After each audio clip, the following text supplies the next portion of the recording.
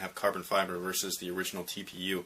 Now, I've had friends that had the TPU break on them, so in that sense, the carbon fiber is definitely going to be a little bit more durable. Overall performance, though, is the same unless you actually do break the TPU.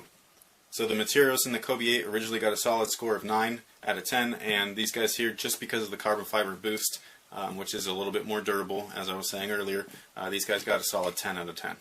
The overall fit on both shoes is true to size. Pretty much perfect fit, perfect lockdown as well.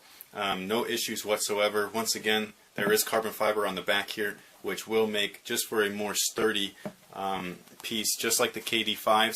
This one here, you can kind of bend it a little bit, and this guy here, you have less bend, and so it's going to be just a little bit more rigid and solid throughout your gameplay. As far as these little Flywire strands go, they do their job, but this guy here did it perfectly without them, so I wouldn't say that this is a necessary upgrade.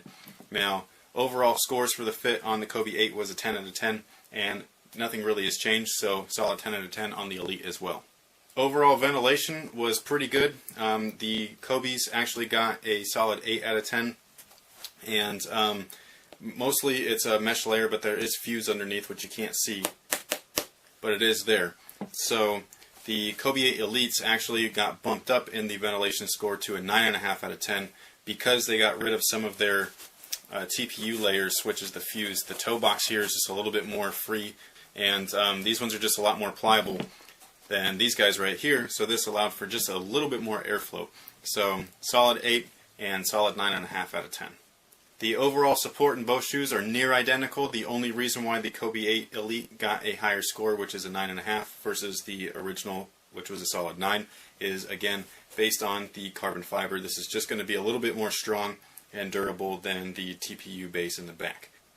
Now, the overall score for the Kobe 8 was a 9.25, and the overall score for the Kobe 8 Elite is a 9.5. Once again, if you want to really compare things, you can go to my site. There's going to be scorecards and all that kind of stuff. I'll also put them right here as well, so hopefully that kind of helps you out. And if I was going to pick one to personally play in, again, I would go with the regular version. Last but not least, we have the LeBron 10 Elite. So with that being said, let's go ahead and get right into this guy. Once again, traction is exactly the same. The original got a solid 9 out of 10, and these guys here also get a solid 9 out of 10. The cushion on the LeBron 10, again, hasn't really changed. The tech is the same. It's full length Zoom Air, 360 degrees visible Zoom Air is what I should say. I like to call it max zoom. Now, the only real difference between the two is that this one felt just a little bit more firm. I felt like it had a little bit more air to it, and I did not get that collapsing effect over here near the outrigger as I had with the original.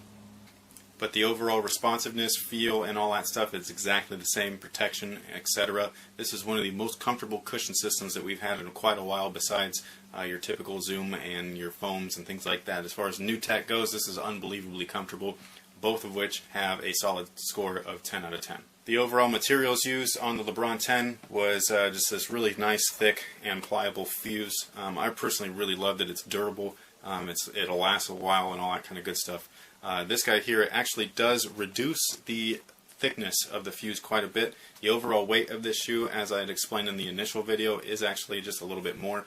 Could be due to the PSI level as well as the carbon fiber additions. But the upper is just a lot nicer, I think. Both of which got a solid score of 10 out of 10, but I do prefer this one over this one personally. The overall fit, again, just perfect. I thought that the LeBron 10 was a really great fitting shoe. I thought that it was awesome.